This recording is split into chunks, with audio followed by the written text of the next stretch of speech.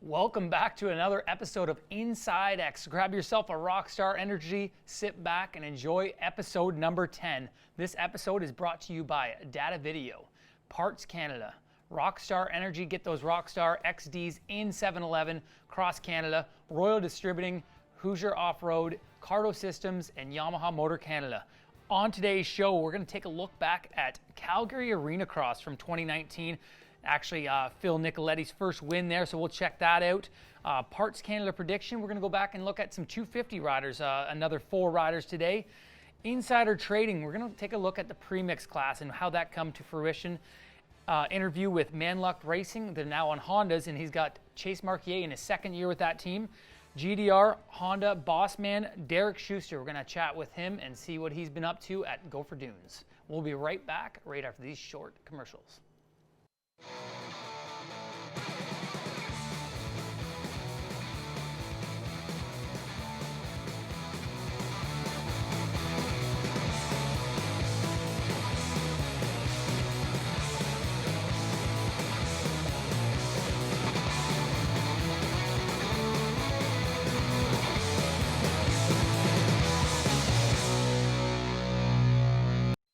Before the lights, before the cameras, before the crowd roar, before the gate drops,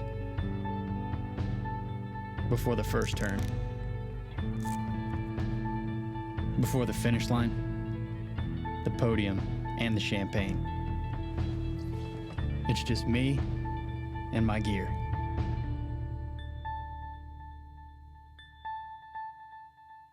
And I'm back and joined by my co-host, Ryan Gauld. Ryan, good to see you, buddy. Before we jump into the insider trading, I just wanted to catch up. I know we're leaning on your first race of the year in ammo, and I just wanted to touch base on that. I know that there's a lot of people complaining that there's stipulations. Just go into the stipulations that you have to deal with putting on that first race and make people understand that, hey, you would like them to come into this, this weekend and just be like normal, but there is stuff that you have to cross out and make sure that things are run properly.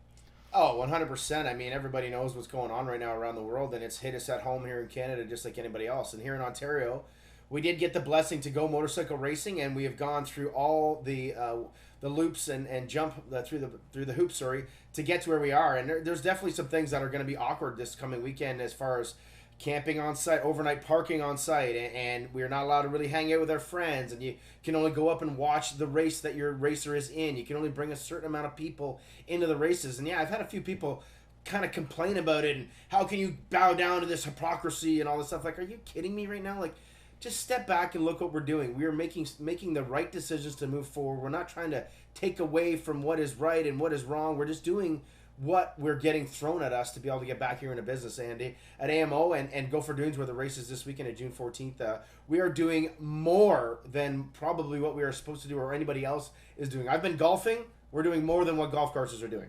So we are making sure that we're providing the right opening way to get back into business here. And for those that are going to go against it and believe that COVID is stupid and this and that, well, then you know what? I guess stay home. I don't really know what to say to you people. I'm not a politician. I don't need your vote. And I'm not doing this to make a bunch of money. I'm doing this because we got classified to go do it, and we're going to do it the right way so we can continue to do it and then use us as the guinea pig so that we can get the Rockstar Triple Crown Series back in action as well. Exactly, and you've been doing a lot of work behind the scenes that people don't understand. A lot of phone calls, a lot of emails just to get to this point and get Ontario in that stage one of this and being able to go racing. Now, before you get into it, we were talking to people that literally say, like politicians or government council people that said, how can a motocrosser 6 feet distance from each other? Like, while they're racing, they can't do that. Well, yeah, but they got a helmet on. Like, we're dealing with people that have no idea what we do or what we are. So we had to literally break it down to the most layman's terms ever. And unfortunately enough, a couple of them got made look silly. And their bosses were like, look, these guys are okay. We're good to go. Yeah, and that's good news, and it's good to see, and I'm hoping the rest of the province can follow suit and get them back into racing. I know a lot of them are back practicing and facilities are opening. But now switching gears to insider trading. This week on Insider Trading, Gauldy, I wanted to talk to you about the premix class that got introduced last year, FXR Premix, and it's part of the Pro Day. Just, I know you were a big pusher as well as myself. Why is this so important to have this class in that program? Well, I guess for two reasons. Obviously, the main reason or the idea behind it was to give an option for the younger generation, anywhere between 12 years age and up, of say a beginner, junior, intermediate level rider that just doesn't maybe want to ride at the pro level yet, but also wants to be a part of the day where you maybe get a podium finish and learn how a schedule works and the times and how riders meeting goes. And that was the idea behind that, riding a 125 to a 150cc bike, so keeping it well within sort of parameters of not, cheating, if you will. And it was made for fun. And then, of course, the other sector was guys like myself. Like, I still love racing all the time. I race as much as I can. And when the 125 came up, I went and bought one just to kind of go out and do it. It was fun. Like, a vet guy could go out there and race the national track. Like I don't know if you can brag about it, but riding the last moto of the day on the national, especially at Gopher and at Sandali, which were like 100+ degrees outside. It was unbelievable. But at the end of it, you're smiling, you're happy, you were part of it. It was almost felt like you were as a pro that day. And then the third kind of thing about it is a class to where we're given the opportunity for those that just want to be a part of the big picture. You see how it works. You get announcing, you get focus, you get photos, all that stuff that kind of maybe gets missed on amateur day of racing because it's so jam-packed.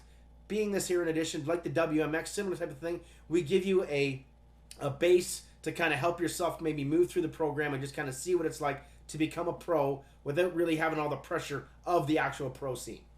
No, I fully agree. And for people that didn't understand what you were doing, you were racing your first moto, getting cleaned up, going on live TV, and then racing your second moto. And those hot days, I'm sure you didn't want to go. And I remember we talked about it. There's no way you wanted to go. That Sandali one, man, when we were in that booth that they built, I swear I thought we were in an oven all day. And then I actually texted my wife. My family came that day, and I texted, I'm like, I don't think I can make this moto. She's like, the kids are ready. I'm like, all right, I better go. I was done. But it was so fun. It was an awesome experience, and I got to race. Like, I was 41 doing them. I'm 42 now, and I was racing against 17 and 18-year-olds, and there's other guys that were like 25 and 29. The class is exactly what it's meant to be for the various riders that maybe just can't do the pro side of things or 30-minute motos, but it gives you an opportunity to see what a race day like is on that pro day with television and announcing and fans and spectators and podiums and trophies and champagne. You get all that experience just kind of wrapped up in a little small, less pressurized ball. Yeah, Gauld, you labeled it perfectly, and that's exactly our idea behind the whole thing, is to get these young guys to understand like how a pro day works and get their feet wet on a lower level, and then the old guys just relive it. Like, I remember watching you for the first time, Walton, 1996, riding 125. I know you lawn darted a couple times there, but you're riding the 125, and now you're back doing it on Yamaha Blue Crew. And thank you for breaking that down, Gauld, and we're going to take a quick commercial break. We'll be right back.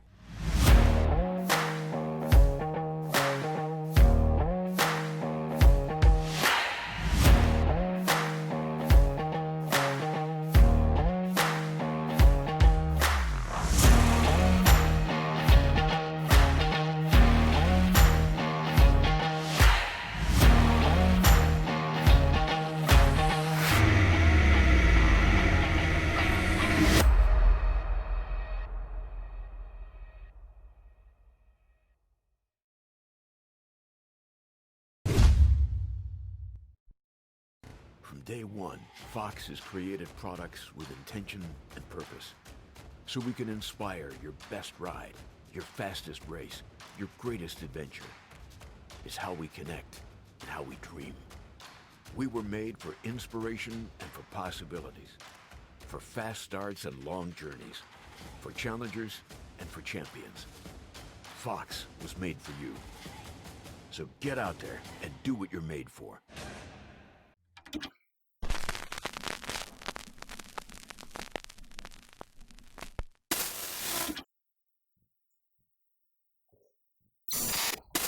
All right, Kyle, it's time for the Rockstar Energy Recap, and it is time to head into Calgary for the Clash for Cash. And as everybody knows, this is the opportunity for the 250 guys to race 450 guys right there. 450 guys getting the jump, but the best part about this here, Kyle, is the track. This is true indoor arena cross here. This place is awesome for the series.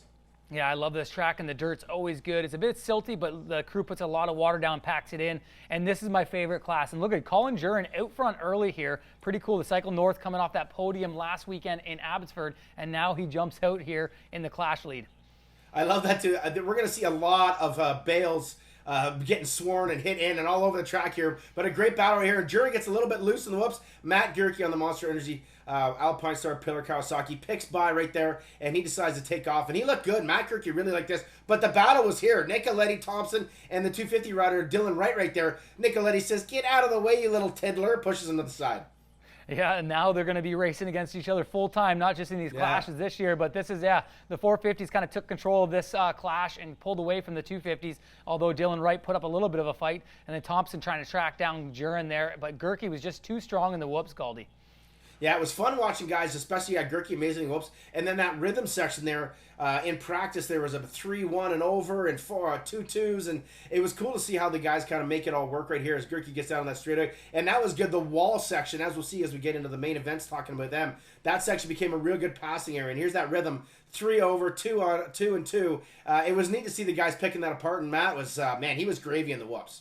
Yeah, he's so strong in the whoops, just like his sand skills, and he would take the win in the clash there, setting him up good for the main events. And Thompson trying to get that last extra point there, but Jurin able to stick it out and get that second spot. Good for the Cycle North rider. As we're going to go over to the 250s now, Gauldy. Oh, yeah, Kyle, the 250 Pro main event here. Full line of the fastest boys in North America. Pretty wild to see the red plate right there. Ryder Floyd on the outside. Got taken out his heat race by Luke Renzland. But that don't matter because Brad Knott, the privateer out of Washington, would grab that early lead right there on his Husqvarna. And he was awesome, actually, in this round. Really, really good to see Jerry Mitchell and then, of course, Dylan Wright right here. But the action starts early on in this race, as we're going to see coming into this turn. Yeah, no, Brad Knott was strong, but yeah, the action, look at that, right down, Tyler Medaglia with a great start, but gets taken down early, and that's N. Renzland, who was actually got into it with Ryder McNabb, Ryder Floyd in a qualifying and actually messed up Ryder Floyd's motor.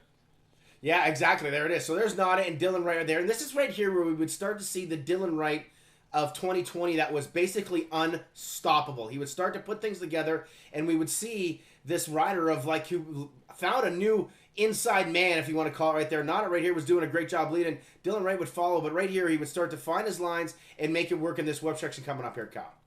Yeah, no, Dylan Wright was doing great, but no, Brad Knott starting out, and it looked like Renzland down again there. Not having the night he wanted. And there's Medaglia jumping in there a lap down. So those guys having rough nights, but Knott having a great night. And Dylan Wright, like you said, this is where he started putting it together. Yeah, the aggressive move right there, not able to get it, and that'll give a little gap for Dylan Wright. It was wild to see. So Medags and Renzland go down again, and we're not going to see much of Renzland left in this main, but you're going to want to follow along as he gets through the race here, because wait till you see the stats on the end of this thing, coming through this thing, and it's going to be Renzland all over the place moving through this pack. But Dylan Wright was untouchable. He'd getting that self in that lead, and he wouldn't look back right there. Man, he was good.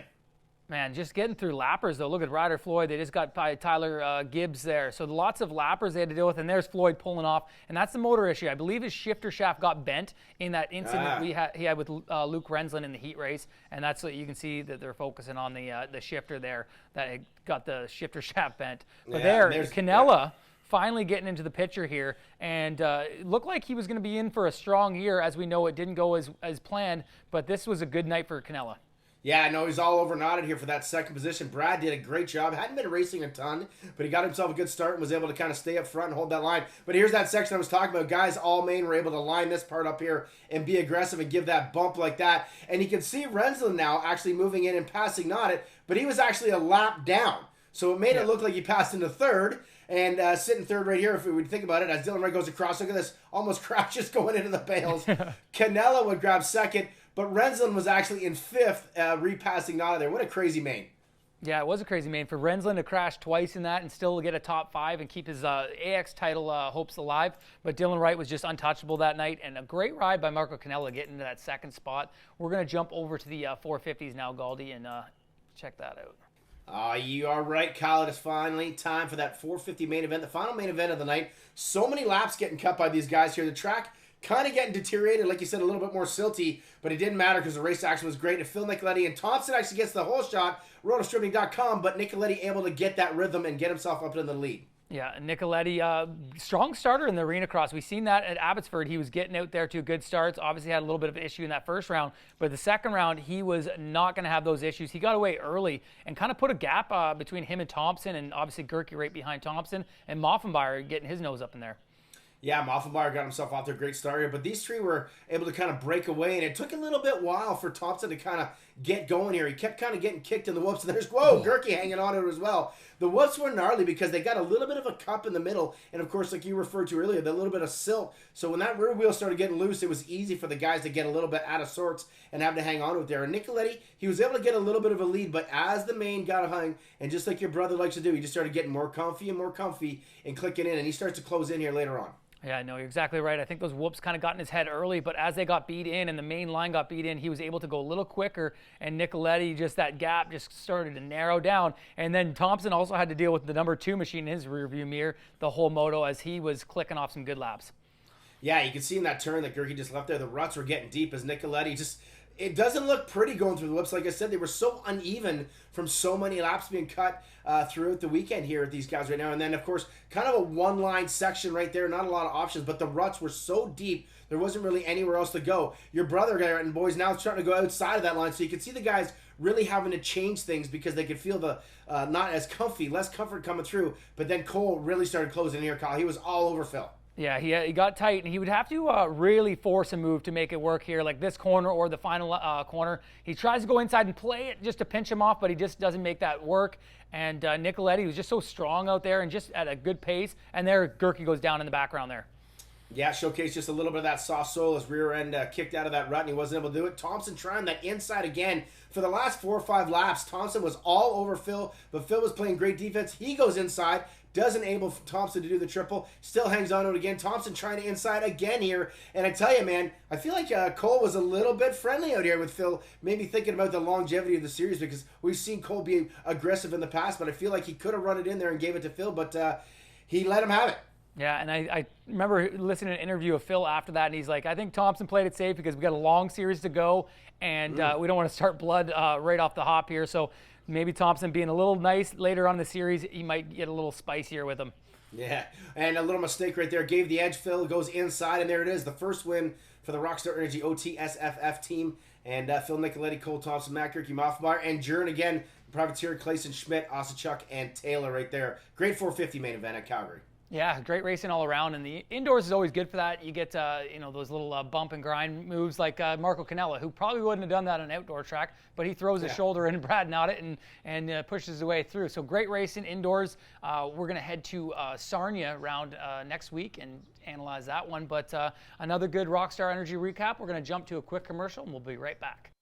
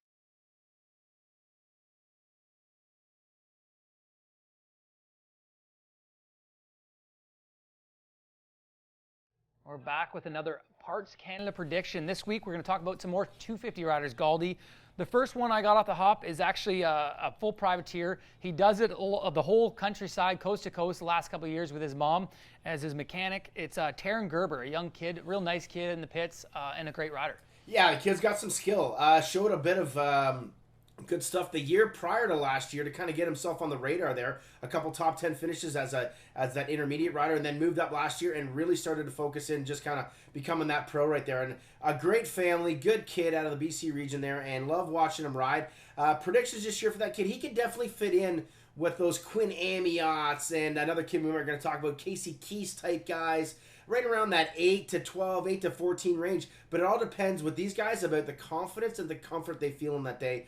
I feel like because they're not right in the front action of those big guys, that confidence, I refer to it almost every show that we talk about this stuff, If they get it rolling, they can get that feeling, get ahead right there, and they get those starts. That's so important. But say they start 15th, you're not going to see them move up to 8th. If they start 8th, 9th, they can hang on to that spot if they get that confidence going. And you're exactly right. There's so many guys that we picture in that like 8 to 14, like you're talking about. And you got to look back at the past history of things, and there's an odd rider that can break out of that little realm. I feel like Jess Pettis would be one of those guys you can consider. Yeah. When he started his career, he wasn't the top guy. He wasn't a top 5 guy. No. He was the 8 to 14, and then he just clicked. So any one of those riders we're bringing up in that realm could be the year that they click and then jump into that top 5, and then to get that confidence to go into the podium. So. Again, another one of those riders we fit in that realm. The next rider, a bit of a veteran rider to the series, had an injury at the first round last year after coming off a great 2018 season, was Jared Petruska. And he got hurt at his local round. What are your thoughts of Jared coming in this? Obviously being a West Coast rider, riding the East tracks. He's a super good kid, definitely. I like him a lot. We actually had a little bit of an interaction for the Walton round last year. I helped him get a 250F because he couldn't get his bike here, or his bike broke. And the GDR team, I called up Diggs there, and they hooked him up with a bike. He was able to come to Walton. He ended up getting hurt again, though, actually. So just a kind of a write-off season for poor Jared, but a real good kid, all heart, wears his heart on his sleeve, and he's a lunchbox racer. He's got a full-time job, and he then continues to race. I can't remember if it was last year or the year before in Calgary. It must have been last year because he wasn't in the clips that we watched, but he actually worked the morning of the race at the Arena Cross Series. So he's just a hard-nosed kid, and one of the good ones out there. I'd love to see some better things for a guy like Jared Petruska. He works hard, and he puts all the effort in the right spots. He just kind of doesn't catch those breaks. And all of his career, even from amateur into that pro class, he's always had these little bad breaks where he's had crashes where his bike really gets totaled or his body gets totaled. So it's been a bit of a rough go. Maybe this year he can clean it up. Yeah, I agree. I think this could be the year that he gets it all together. Obviously, in 2018, great year. He landed at number 22 for for the season. So that obviously puts some good points on the page. But he needs to get through these 5 rounds clean, and hopefully we see him in the indoor portion when that comes around in fall. But I agree. I like Petruska. He's great rider for the series, and just a hard-nosed guy that can finish that top 5, but probably will sit back in that 8-10 spot. Next person that actually got hurt last year too was Casey Keast. I believe he got hurt. Was it Minnedosa, or was that the year before? Sorry, I think that was the year before. Yeah. Yeah. Now the Carlson Racing team has picked him up to help him for the season. So him on that Husky 250 should be interesting. Yeah, 100%. Casey Keast, loads of talent. 100%. One of the most talented riders to come out of BC. He could definitely have been the next Darcy Lange, Fasciotti, Kyle Beaton, Dusty Klatt type rider out of that region right there. And it's just a couple of things have held him back. Couple times maybe a little bit of a bad attitude, got himself in a couple little mischief situations as a youngster like that, not like we all haven't before, and it kind of took away from his focus of racing. But I believe last year he showed some good form by riding the 450 there and just kind of being toughing it out and stuff, and then look, he's earned himself a ride with the Carlson Racing Group. Carlson Racing Group being a little bit west is going to be more difficult for them to get to the east here to get this series underway for 2020, but hopefully they do, because Casey Keast, with a little bit of guidance and a little bit of push in that right direction, I believe that he could definitely fit in the top 7 names that we could refer to, not like where the Gerber, Amiot guys is. I think Casey Keast can get into that top 7 group, no problem, if all the things align right and he believes in it. And I think the Carlson Racing bike could be that factor. Yeah, and that team is a low-pressure team, so that might be perfect for what he needs to get back into that program. Like you said, that he was one of the prodigies coming up through BC as the next Fasciotti, Lange, somebody like that.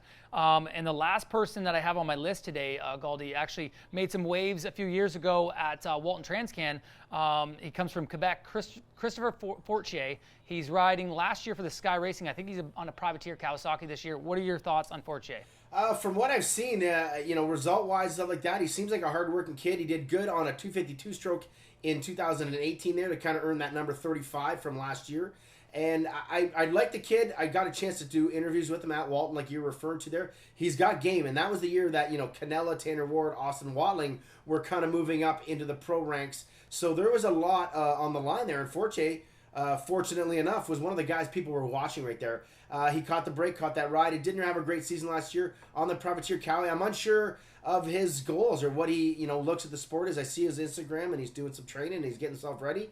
he's got some skills for sure. I think he's an 8 to 14 into that group that we refer to. He's one of those guys. I don't see him breaking into that top 5 unless something really drastic happens to those big name guys. But hey, prove me wrong, man. I've been it before, and maybe he's one of those guys, because when he came into Walden that year, no clue who he was. He won the very first 2 intermediate motos, so he's got that kind of like out of nowhere game in his book. I gotta say, if you can go into Walton as an unknown and do that against the competition that he had, like you said, Canella, Watling, and Ward that year, which were on absolute fire on a track that they're very comfortable on, and he was handling them no problem. I think that he can rejuvenate his career in this pro class and figure it out and get that confidence going like he did as an intermediate, and he can excel and maybe get back on a ride on a team or something like that in the future. But another great breakdown and predictions there, Gauldy. Appreciate that. We're going to jump to a quick commercial. We'll be back with more InsideX. Before the lights, before the cameras, before the crowd roar, before the gate drops, before the first turn, before the finish line, the podium, and the champagne. It's just me and my gear.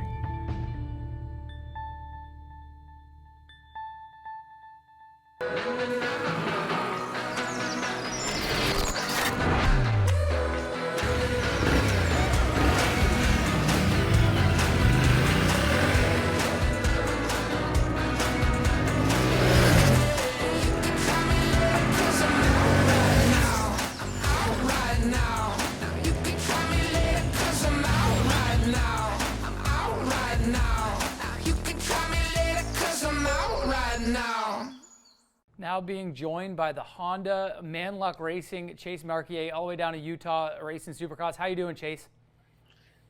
Doing good. Just here in Salt Lake, enjoying the scenery, and finishing out these last few Supercrosses.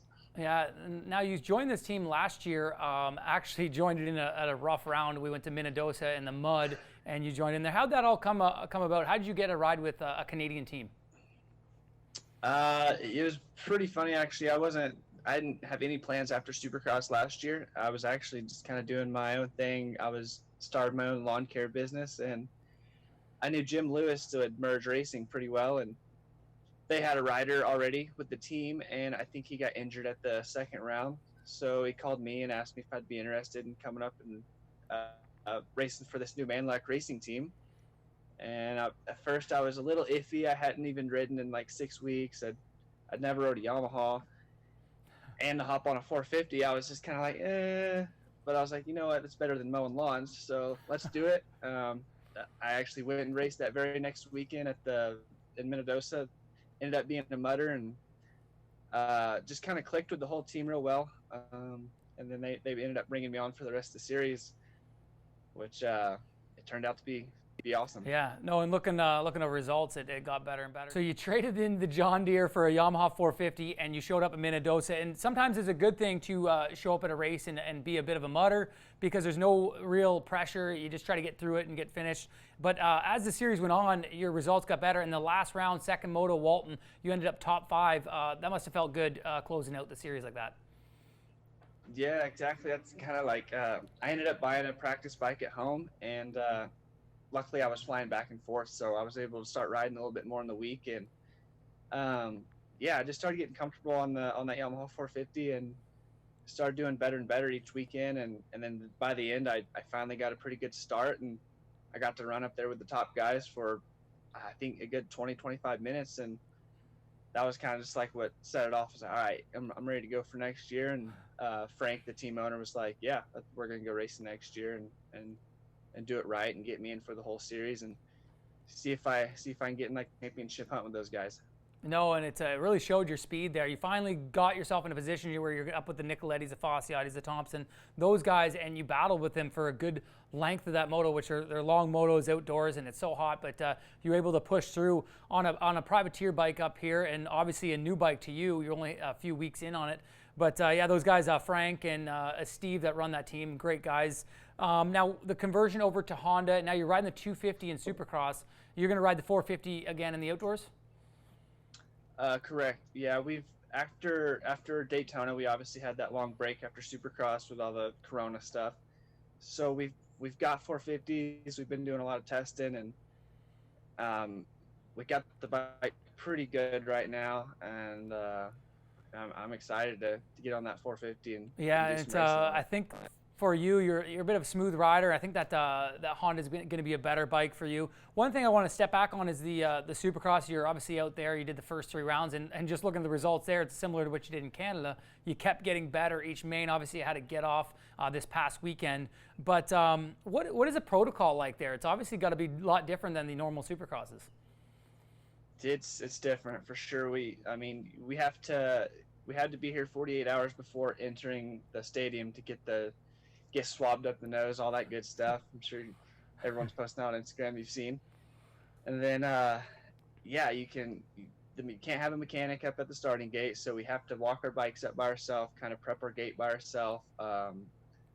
And it's a little tough because it's just me, my mechanic, and John here. So it's 3 of us trying to do everything together. And yesterday in the mud, man, it was brutal trying to come back from the heat race, and I'm helping Steve prep the bike. John's prepping his bike. And then, it was a little bit chaotic, but man, I'm just glad we got to finish the series. Yeah, and it kind of leads me to another part of your career that you've recently done. Is it's very similar to Europe, how you're not allowed your mechanic at the starting line. You kind of roll your bike up. And recently you rode for Team Costa Rica, I believe. And did you do the big sand race? Puerto Rico. Got those two mixed up. You raced in Costa Rica before, but you raced for Puerto Rico. But how was that experience over in Motocross of the Nations? That was cool. Obviously, Starling he's pretty well in with the Puerto Rican team, and I guess they needed an open rider, and he was like, hit this dude up. So I was like, heard John might need a rider, and he was like, yeah, absolutely. Went over there, rode for some Cowie team that does the GP series, and the track was gnarly. I've never rode anything that gnarly. It was like Gopher Dunes times 10 with the weather and everything. But yeah, it was a little different, like going up to the line, no mechanic. I don't know anybody. It was just a really weird environment, but I had a blast. I wish we could have had a little bit better result, but we had a mechanical in the race. But hey, it was cool. It's experience. It's a bucket list thing, and going to the Nations is a crazy environment. I think you got picked for probably the worst track to go to. I don't think anybody would want to actually go to that track besides those Euro guys. But you know what?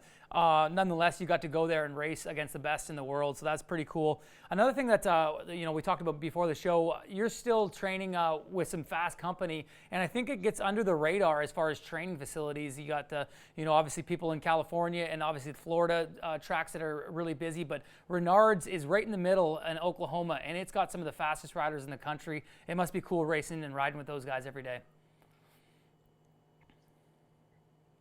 Yeah, it's perfect for me because it's about 45 minutes away from where I grew up and where I live, and I got Bloss and Fortner there to try and chase down and ride with every day, and we got the heat, the humidity. So I mean, all around, I think it's perfect for me. And not to mention what Robbie's done with the facility.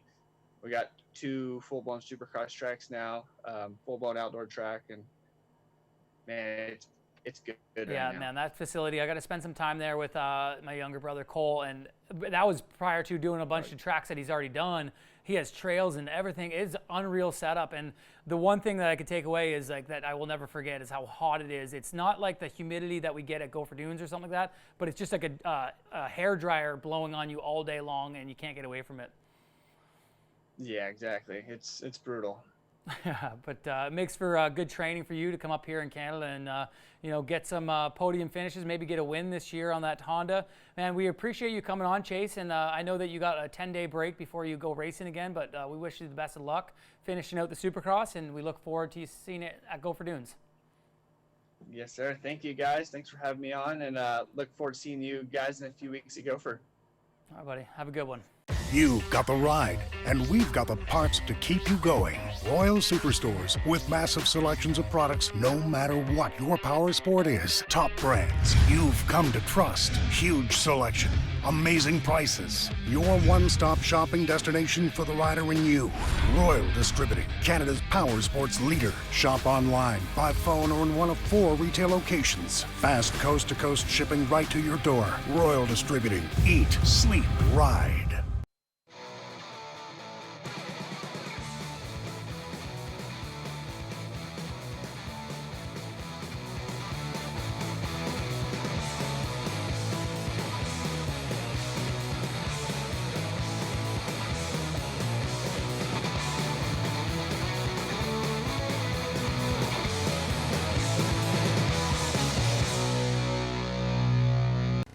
Day one, Fox has created products with intention and purpose.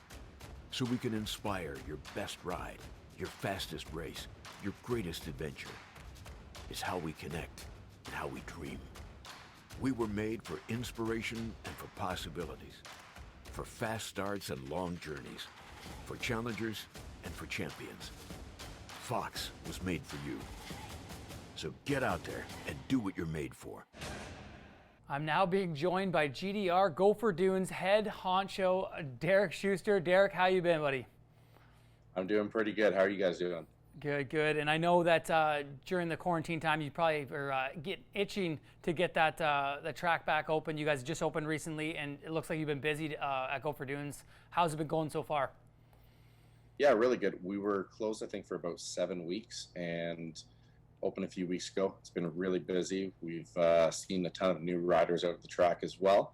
I think parents are looking for new stuff for their kids to do without team sports and stuff happening right now. So it's been a really good few weeks for us. Yeah, no, it looks like it, and the numbers are up as far as people getting out riding. We see that in our area too. A lot of bike sales and stuff like that. So it's good for the sport. Obviously, hockey, baseball, those sports are put aside, and these kids are jumping on dirt bikes, which is good for everything. I just wanted to touch base on, like, obviously your track's back going. You're gonna have a race this weekend. The ammo's coming in, but I wanted to touch base on the racing side of things and how GDR came to fruition. I know it started out years ago. You're on Hondas now, but it was years ago. It started out Suzuki's, and you had the guys like Topher Ingles, I think Liam O'Farrell. Can you just bring us up to base, like when that got underway? Yeah, that's right. Goes back to the start of 2010. You know, and some things just kind of happened by accident a little bit. I was trying to help a buddy out, Liam O'Farrell. He's trying to get to the Nationals for the summer, and I put a few little things together to try and help make it happen for him.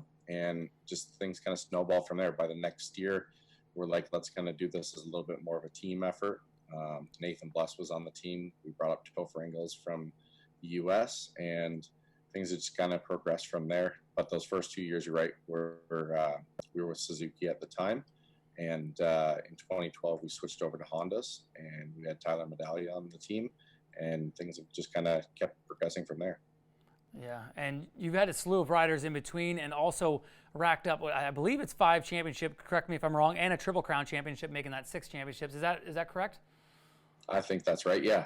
Yeah, so going from 3 for Colton, 2 for Dylan, and Triple yep, Crown, yeah. There you go, so 6. But going from like a Suzuki, just helping a buddy out, all the way to being a powerhouse and having some of the top riders in the business, like, did you dream that up when you first started helping Liam there?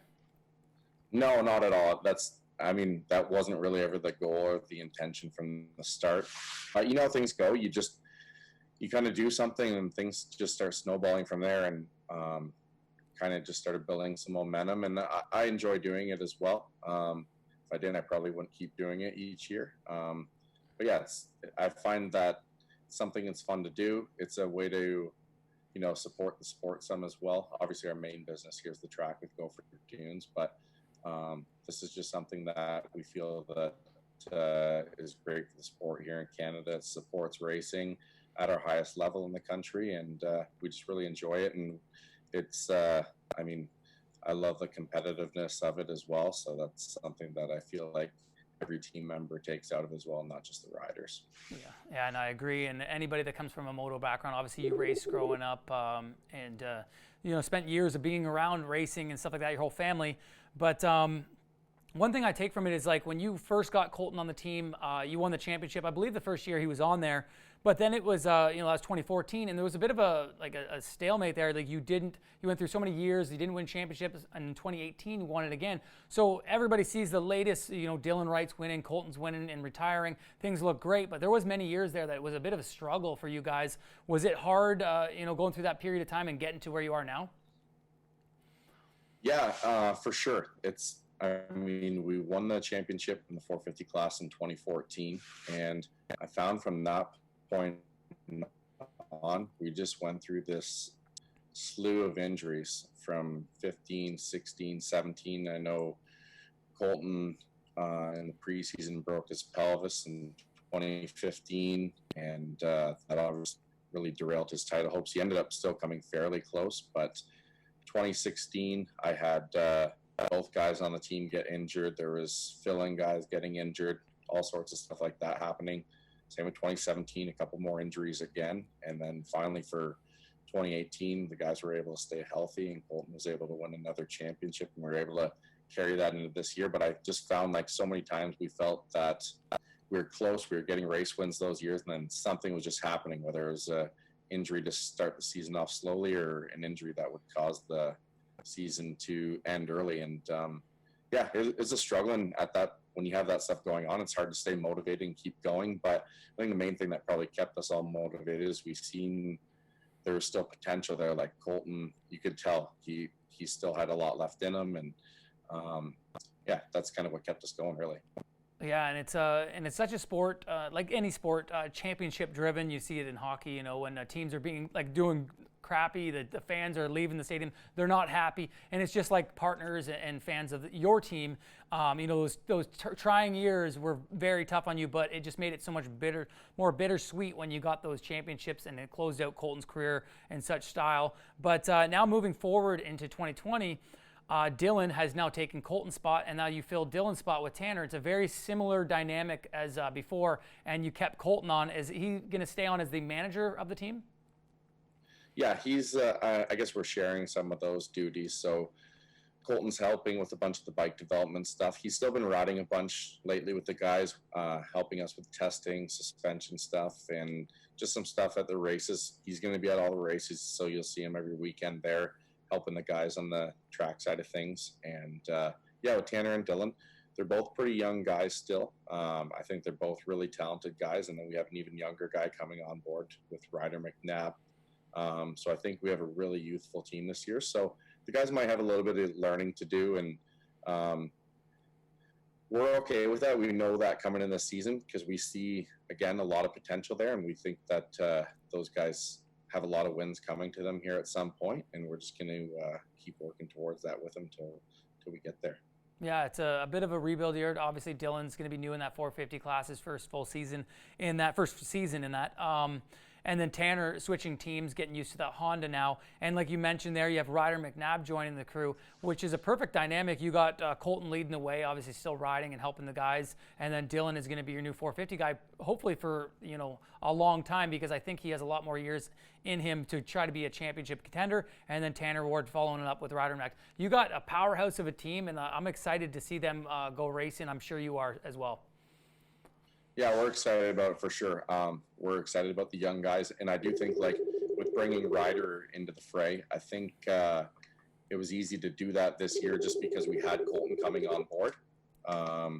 It might not have been as easy to do if we didn't have that extra guy as part of the team to help the younger guys. I also really think I see how much Dylan's benefited from Colton in the past few seasons while he's on the team, so it's been really, really helpful. I think it's going to be a good fit for everybody. I agree. And round 1, July 25th in your backyard. So you couldn't be more excited to just unload the rig right where it is and go racing. For sure. We're excited to get there. Well, thanks a lot, Diggs, for coming on. And we'll hopefully see you soon. And good luck with your first AMO race this weekend. And we'll see you at the Triple Crown. Thanks for having me, guys. I'm looking forward to seeing you soon.